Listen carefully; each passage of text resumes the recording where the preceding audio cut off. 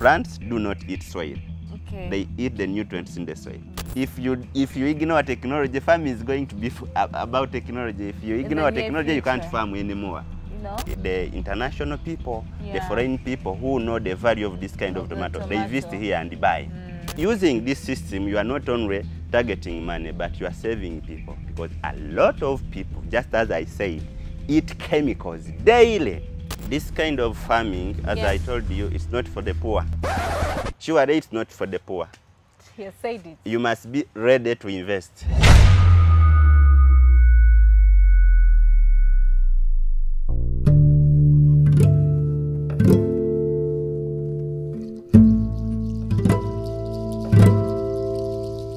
Ensuring food safety covers a broad range of processes from on-farm production to processing, distribution, storage, selection, preparation, and consumption.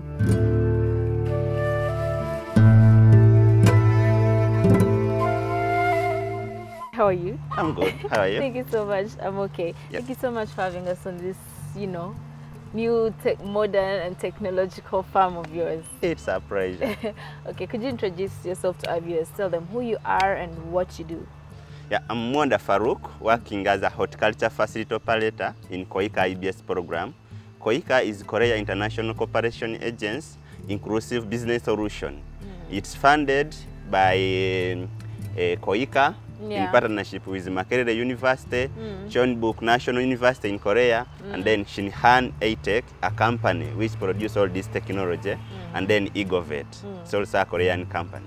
Okay. Yep. So take us through your biosecurity. You know, now I've become a farmer also. I know about these things. Oh, all right. Now you so enter one by one. Yeah. You enter, you reach inside there and you peep in the basin. Yeah. In the basin there is jig, because we don't want soil. Okay. So soil carries a lot of pests and so on, and microbes. So you dip, and then the pest and the microbe die. Okay. So one by one. We don't want pests to enter inside. All right. Okay. So you go first.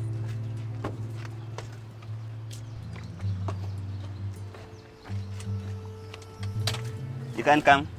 So once you enter, why can't two people be allowed inside? Because if they are two, the door can be open. Oh. Yeah, one by one there, it's quick. Minimize contact. Yeah. Okay. Then I enter. You enter and then you close. Okay. Then when you reach here, you have to remove the shoe. Okay. Yeah, inside the greenhouse The there. shoes on their own inside, so you don't need shoes. My God, from outside. Should I wear this? No, no problem. Okay. Then enter. Okay, immediately enter. You have to close. So why do you close this? Let the people see that door very well. So we came in from there, the biosecurity, and then you must close, because I had you saying close the door. Yeah. Why is that? Because if it's open, it means the pests will enter inside. So it's greenhouse. It must be housed inside, because we want to keep away all the dangerous pests. Yeah. Okay. Now, on my left, I saw this. Should I say tricky? This. Let me not even claim to know what this is. So just tell me what this is. Now, this is the technology that monitors whatever is inside here. Yeah. Here you have full control over production. You have to control the environment, you have to control the pH, you have to control the nutrients and so on. Yeah. So we have different sensors which are connected all here. From the environment control system here, the sensors, carbon dioxide sensors and so on, all here. The system is automated.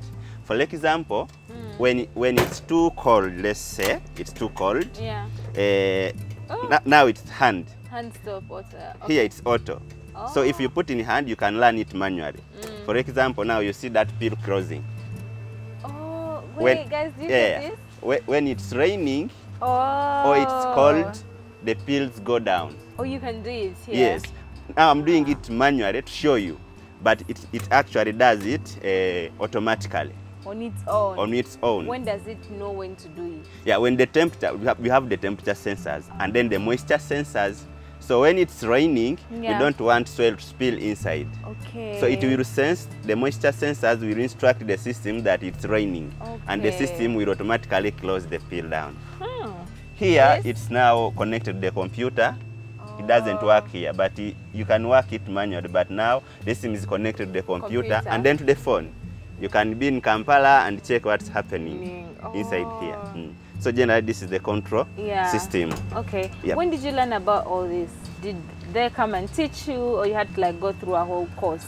I graduated from Chambogo doing agriculture. Then after that, I went to Israel for 2 years. And then I learned all this. Then when I came back, this Korean friend of mine gave me a job, and then they had to take me through all this. Everything. But they know I can adapt up quickly because they know at least I know something. Okay. But now I know everything now perfectly. Okay. Hydroponics, simply put, is a way to skip soil, sabbing a different material to support the roots of the plant and grow crops directly in nutrient-rich water. The use of hydroponics allows farmers to reap high yields per unit area, completely eliminate soil-borne diseases, and it is friendly to the environment. Here we are trying to promote growing without soil. Now we are ignoring Growing soil without soil. soil. Hydroponics. Now there are different types of hydroponics. There is aeroponics, then there is aquaponics, where you have to pour water all around. Then there is a drip hydroponics. Now for us here, we use drip hydroponics. Why? Because drip hydroponics, you give the plant what it needs. So it saves water and it saves the nutrients. Okay. But with aquaponics, where you have to pour water around, it wastes a lot of nutrients and so on. So here you have full control over production. We know what tomato really need. Because remember, plants do not eat soil. Okay. They eat the nutrients in the soil. So once you ignore the soil, then you have to make sure you provide the nutrients exactly what the tomato needs. So this, what's that? Is that soil? Isn't that soil? No, this is sawdust. Oh, guys, hold on. Let's make this clear.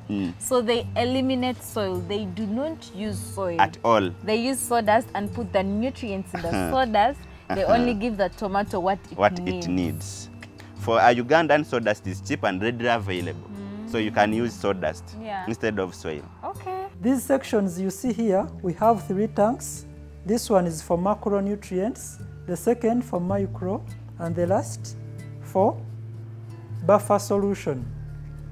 Buffer solution is something that stabilizes the pH, the potential hydrogen. This section is our mixing tank. Okay, this is where nutrients from different sections come and meet here, and then they mix thoroughly before they go to the greenhouses. Meanwhile, all those ones go into the greenhouse under the operation of this machine. This one is called an Aqua M machine, Aqua Mix. It has ability to work on over 6 houses of that size, but for us here we are having 2. This machine is automatic. It does all tasks automatically without being commanded. We sometimes come and use these machines to ensure what our machine is doing is right, it is not compromised. So with this kind of machine, you can be able to operate without soil, with soilless media, and then your plants are able to grow. Now, you mentioned this is part of Makere University, and some people may not know, Makere University is one of the biggest, it is the biggest university biggest in the country. In the country, and it's also among the top 10 in Africa, you know. So people can come here and learn. How does that work? Yeah, the essence of this project is actually to show people that things are possible, to show people that we can do real production. So here we receive farmers, they can come. They can come and see the technology and learn. And we receive students to know about horticulture and so on. Because really the world is moving this side. Yes. If you ignore technology, farming is going to be about technology. If you ignore technology, you can't farm anymore. You know? In the near future. Yeah. So we show them, we teach them, farmers, students, and even whoever wish to come. Do they have to pay? No, free. Top. Free training. It's for free. That's one of the mission of the project. They can come here and learn anytime for free. You want, free. Free knowledge. You just have to register. And that's all. Learn for free. Yeah. Now, some of the challenges we face, because in this system you have to grow beef tomato. Beef tomato is the one which is on demand worldwide and on market. It weighs good grams, and inside it's a certain breed or variety? It's a variety. Okay. It's a variety, and you can harvest it for a long period. But some varieties of tomato are called indeterminate. Determinant. You harvest once, you plant, they fruit, you harvest once and remove. But these one are indeterminate. They can have the ripe one, the one which is going to ripe in the near future, and then the flowers. So you keep on harvesting as it grows. You can harvest for 7 months and so on. But the challenge that a few farmers venture into this. So to get the raw materials, it's hard. Like for the seeds, a few farmers buy this kind of variety of seeds. So on market it's rarely available, and then some of the fertilizers are not available because a few farmers do hydroponics. Okay. Yeah, they mostly import fertilizer which can be used outside in the land, in soil, but not hydroponic. So with hydroponics, you have to get fertilizer which is soluble in water, because you're not going to use soil anyway. So it's sometimes hard to get the fertilizer which we exactly need. You mentioned that you already have market for these tomatoes, right? Yeah. So on a good harvest, in a good harvest season, how many tomatoes do you pick? How do you calculate the quantity? Okay, just in Uganda, we have enough market. Actually, you can't finish the market in Uganda. Yeah. Like a single farmer cannot. For example, ShopRite alone is importing this kind of tomato from South Africa. And 1 kilogram of tomato, they are selling at 330K. We visited them and we are like, yeah, we can produce this kind of tomato, and they are like, we need 500 tons per week, because you have to supply all the branches. Yeah. But we can't sustain that. Okay. So remember, this is just a demonstration. It's not business. So ShopRite is continuing to import this kind of tomato from South Africa. So they to produce enough, just sustain ShopRite only, you must really invest, and it must be a bigger farm. Now, for us, we sell to small supermarket. Like there's one supermarket in Gaza called Mystic Supermarket. Then there's one in Lugogo called the Tesco, and then the Korean community, and then the international people, the foreign people who know the value of this kind of tomato. They visit here and buy. So we always, but one fruit, like one plant, can give 20 kilograms for the whole season, keeping all factors constant. You know? Yeah, 20 kilograms, one plant. Yeah. So on average, we can say we can harvest around 10 kilograms on every plant. Wow. For the whole season. Wow. Yes. This kind of farming, as I told you, it's not for the poor. Oh. Surely it's not for the poor. You said it. You must be ready to invest, because, for example, just the machine, the nutrient supplying machine alone, it can cost you around 80 million Ugandan shillings. Wow. Just that. So it's not for the poor, it's for people. For example, somebody can wake up and build a high scraper in billions of money. Yeah. But you can use just let's say 500 or 300 million to invest in this kind of farming, and you can break even in just 2 years or 1. Okay. But you build a high scraper with a lot of money, and you die minus breaking even. Breaking even. So this kind of project, we want to set the mindset of our rich guys in the country, that really you can invest in agriculture and make a lot of money instead of learning the building. Because whoever gets money is like, I want to buy land and then build lentils and so on. Yeah. Actually, that money you can use, which you use to build lentils, if you invest in this kind of farming, you can break even and make a lot of money, because you will monopolize. Nobody think about this kind of farming. You know? And imagine we are importing from South Africa. What's this? So it's fancy. It caught my attention. Okay, now this one, I can see it. Just as I told you, this project is funded by one of the co-founders, Shinhan A-Tech. Shinhan A-Tech is a company in Korea. Now, this one is a box with sensors. Inside here, we have sensors. Like, Sensing what? Temperature sensors. Oh, makes more sense. We have this one, wet thermometer and then dry thermometer. Wet because it's connected with water here and then it senses. Now, to get the real temperature, we get the average of the two. Okay. Yeah, and this system is connected with wires to the main whatever. Oh, the computer. And then from the control system to the computer and then to the phone. Okay. Yeah. Now, these guys here, these guys here will instruct the system that it's too hot. And then they put on the shade on top here. Oh, they put the shade. The shade to reduce on the temperature inside. Okay. Yeah, so these are temperature sensors.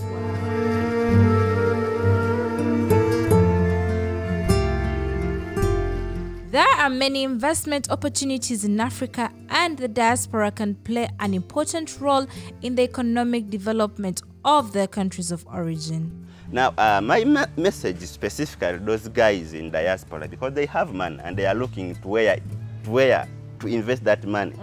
Now, yeah, the man has said you have money. Yeah, those guys in diaspora have money, have a lot money. of money, because our local farmers who are just digging, growing maize and so on, they can't do such kind of farming. And I will advise them to invest in this kind of farming, hydroponics. For the tomato, the market is there. You don't need even... Tomatoes will always have the market is there. You can't, because in Uganda, even the Ugandan market, Kenya, Tanzania, East Africa and so on, the market is there. Yeah. They just need to get the people who are informed about this kind of farming, and then they invest in this. You can break even and you can keep your money, you can multiply in just a near future, and you don't even think about even going back the other side. Wow. You can make a lot of money in this. Yeah.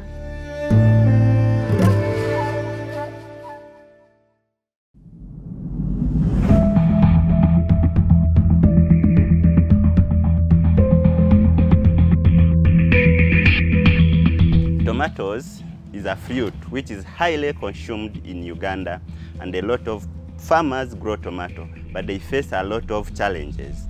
And specifically, we cannot import our tomato to other countries because tomato is so delicate. Once you grow it, then you must have ways of preventing the attack of diseases and pests. And outside, it's delicate. With our weather, tomatoes are so delicate. That's why farmers in the country, once they grow tomato outside, they have to spray every week. That's why every market you go to, you find chemicals already dried on the fruits. This is worrying our country because there is no food safety in the country. Nobody is bothering about it. Tomatoes are consumed worldwide daily. No matter how small the family, they will have a tomato at least a day. Now, the chemicals which these farmers spray have a residue period, which residue period these farmers don't follow. So we are eating chemicals via tomato. Now, here is the solution. We ignore soil because there's a lot of pests and diseases in the soil. So we ignore it. 2, we grow in the greenhouse. It's housed. Pests are fenced away from the tomatoes. And on top of that, tomatoes have a weather which they need. Like they grow very well in a temperature of 20 to 27 degrees Celsius, and on top of that they have a pH which they need, a pH of 6 to 7. Now, to provide all these requirements for a tomato to grow well, then you must have control over production. The aim of bringing this technology is to show the farmers that you can have control over production and you can produce quality for export. Because we don't export our tomatoes outside because we have a lot of chemical residues in our tomatoes. Now, with this system, you don't use a lot of chemicals because you are fencing, the pests don't reach your tomatoes. Now, with the pH and so on and the nutrient, remember tomatoes, when you export, it means you don't just look at the size and then the looks of the tomato. They even check the nutrient because it must be healthy to the people. Now, the tomato must have all the nutrients it's supposed to have. So when you import, when you export your tomato outside those countries, they will check, is it healthy for their people? They will have to check all the nutrients which are supposed to be in the tomato. If it's not there, no matter how good it looks, they will reject it. And now you find that most of the soil, our soil lacks some of the nutrients like calcium, the boron, the trace elements. Now with this system, you supply all those nutrients and your tomato can be into the market and very competitive. Here you keep the quality, you keep the safety of the food, and you produce highly because you have full control over the tomato. You stake the tomato. This is now how they stake to support the tomato, and then on top of that, this is a yellow trap. It catches white flies. White flies are so common in Uganda and very dangerous. So you can supply this kind of pest control like this one, and then which get the white fly, and then the blue one which gets the slips. Slips can actually eat up, suck up the foods inside the leaf, and the whole greenhouse can dry in just a minute. So tomato is very, very delicate with a lot of pests and diseases. If you grow it, you must be keen on it. But tomato is just good and very beneficial and profitable if you venture in it. So I invite all the people to come and study, to come and venture, to come and learn. Because this is the way. Using this system, you are not only targeting money, but you are saving people. Because a lot of people, just as I said, eat chemicals daily. Chemicals daily. Visit any market around you. Check the tomato. You'll find dried chemicals on that tomato. So, using this system, you are saving life actually. It's so worrying, and it's an urgent, it's actually an emergency that people should come up and talk about food safety.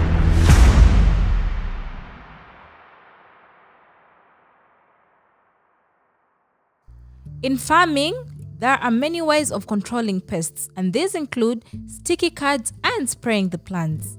But what if all male species of insects were wiped out? Okay, now this is a trap.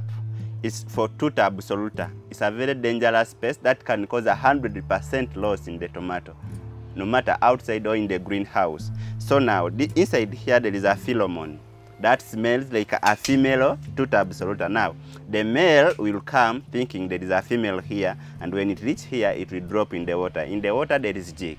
So the male one won't go away. And you know, without the male, there will be no more reproduction. So there you curb the population of it. So it's just a trap.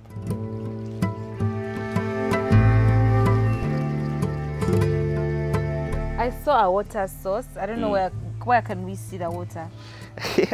Now, as I told you, we supply the nutrient with a drip. Yeah. Oh, it's a, guys, it's a drip.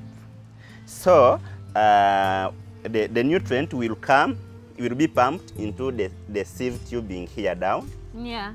And then they will move into the emitters. Oh, now, to the roots where the plant is. Now, the system will know that this plant needs exactly this amount of nutrients and this amount of water. I remember I told you this system saves water. Yeah. Because water is very expensive, and it saves the fertilizer. So it only gives what is needed. Okay. And how does it know what's needed? The system knows automatically. By the sensors, by everything is monitored. Yeah. Yeah. So it specifically irrigate an interval of 1 hour.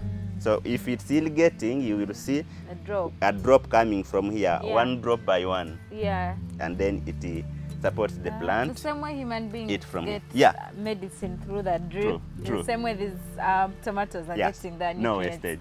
Wise. That's wise. I've not seen it anywhere else. Wow. Oh, did you just break that? No. Yeah. Now this is pruning. Oh, that's what she's doing. Yeah, what she's doing actually. If you leave it to grow, it will grow bushy. Okay. You will get more leaves than fruits. Okay. So we keep on pruning. Okay. Even here they remove. Okay. If you leave it in just 1 week, you may find a forest inside here. That's how so you keep on pruning. Okay. You stake, you prune. All that now is the agronomic practices of the tomato. It must be nice. So you have to prune all these excess branches. Yeah. You have to remove them. Okay. And now these one are stage of flowering. If you look well, you can see some flowers. Soon you will see fruits. Now I think we're coming to the end of the greenhouse. But before we do that, in case someone out there wants to like learn and everything else, do you mind giving them your contact information? Yeah, of course. Yeah, where they can find you. It's a pleasure. Yeah. We are located in Makere University Agricultural Research Institute, Kabanyolo. That's Gayaza. That's Gayaza Gayaza. Road. Yeah, you reach Gayaza, you take Zilobe Road, and even if you just ask border guy, you want to go to research, you will come here. The moment you enter the main gate, you will see 2 greenhouses located on the left side. Yeah, and my contact +256. Okay. That's Ugandan code. Yeah. 704-610-1373. Wow. Then email, it's mwandhafaluku2013@gmail.com. On Facebook, Mwanda Farouk. Now guys, please like this video, share it, do all the nice things, hit the bell for notifications, and do subscribe to our YouTube channel. Follow us on all our social media pages, Kengana Nation Instagram, Kengana Nation Facebook, Kengana Nation on Twitter. I am your host, Janita. Till next time.